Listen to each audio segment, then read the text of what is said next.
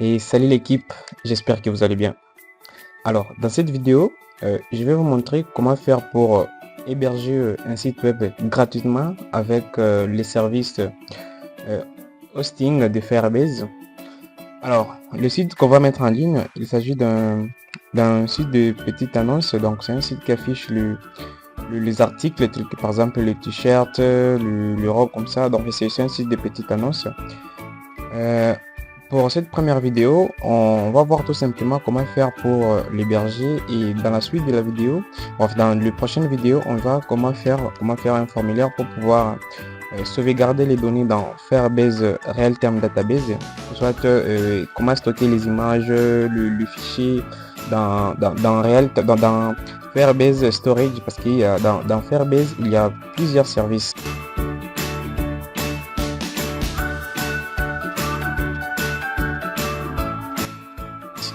Donc pour commencer, vous devez avoir au moins un projet web quelconque sur votre machine. Donc si vous n'avez pas, ce n'est pas grave. Vous pouvez les télécharger. Dans les liens de ces projets est dans la description. Alors pour ce faire, vous pouvez taper UA Connect. UA Connect, vous cliquez sur le premier lien là-bas. Vous cliquez sur le premier lien. Donc vous allez voir ici, il y a l'article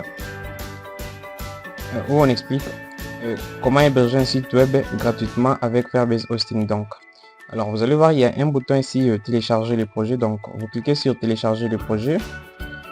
Une fois téléchargé, vous allez les placer dans n'importe quel dossier chez vous. Mais pour moi, je l'ai déjà téléchargé, donc je ne peux pas encore les télécharger. Alors, la deuxième étape aussi consiste à aller sur le site de Firebase. Donc, aller Firebase Console comme ça. Puis Firebase Console. Firebase Console.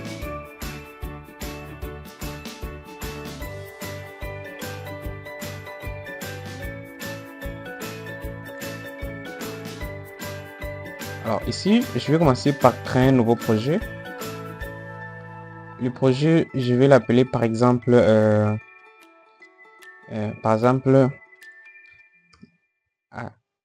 Alison, par exemple Alison. Je vais l'appeler tout simplement Alison et son identifiant sera Alison.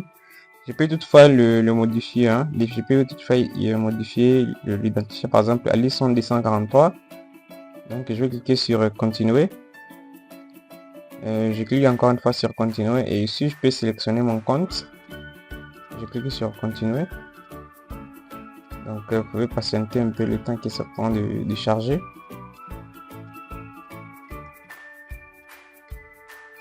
Alors le projet est bien créé, donc je vais cliquer sur continuer.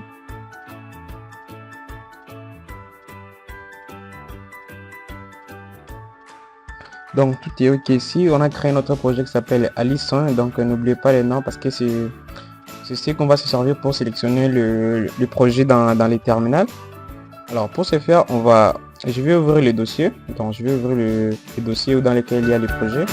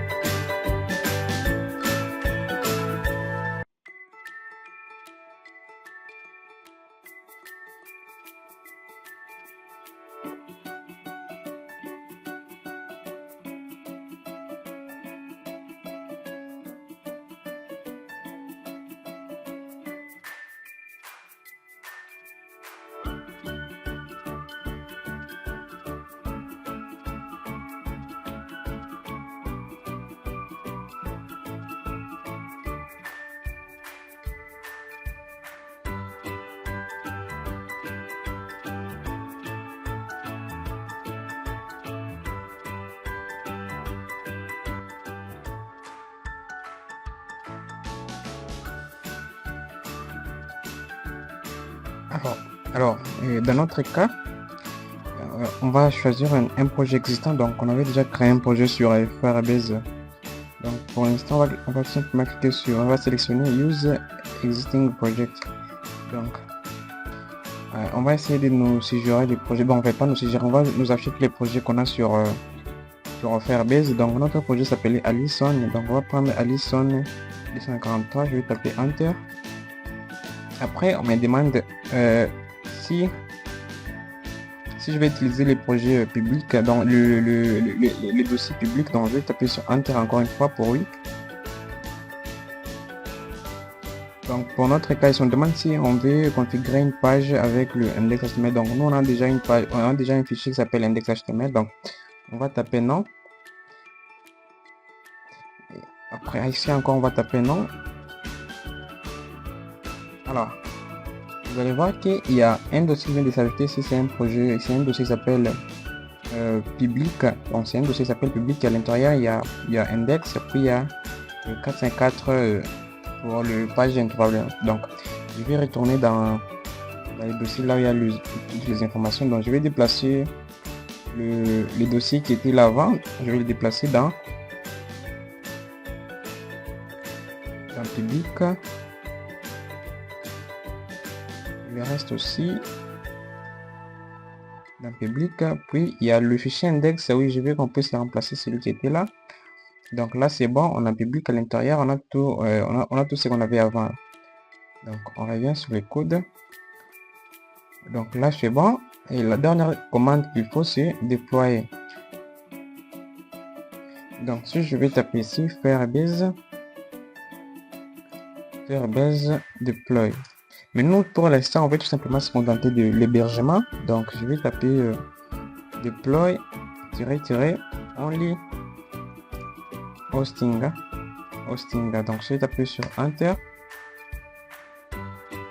Alors si jusqu'à présent vous êtes encore de suivre la vidéo, encore une fois, donc laissez le moyen de m'encourager et de vous abonner et de laisser un pouce bleu sur cela. Okay.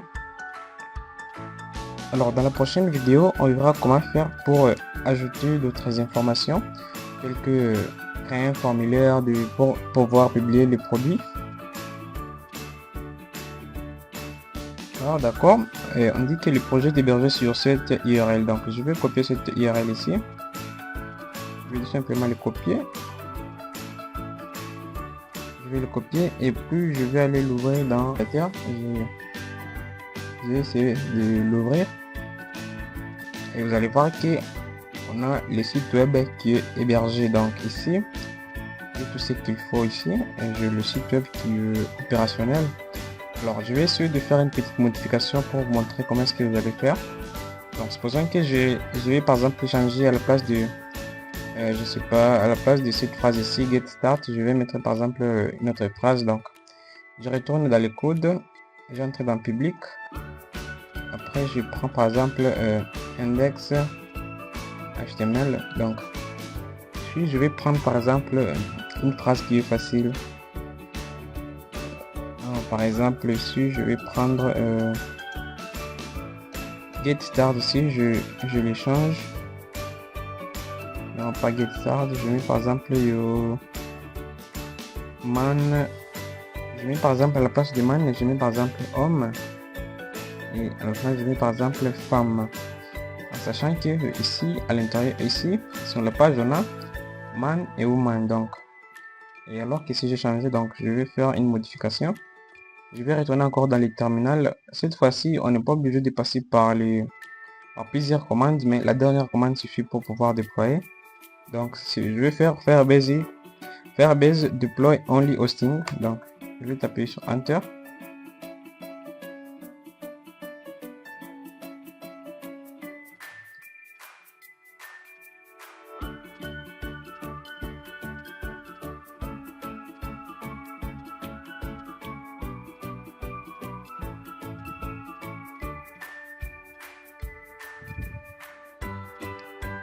Ok, bon, je vais retourner sur le web.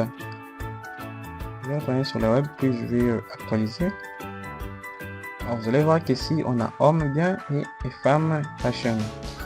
Alors, merci beaucoup d'avoir suivi la vidéo. Alors, dans la prochaine épisode, on verra comment faire pour récupérer les produits depuis notre base de données pour pouvoir les afficher ici. Comment faire pour publier les articles depuis un formulaire. Comment faire pour stocker les images dans notre base de données et pouvoir les afficher ici. Alors, n'hésitez pas de vous abonner pour ne pas rater la prochaine vidéo. Alors, je vous dis merci et à la prochaine.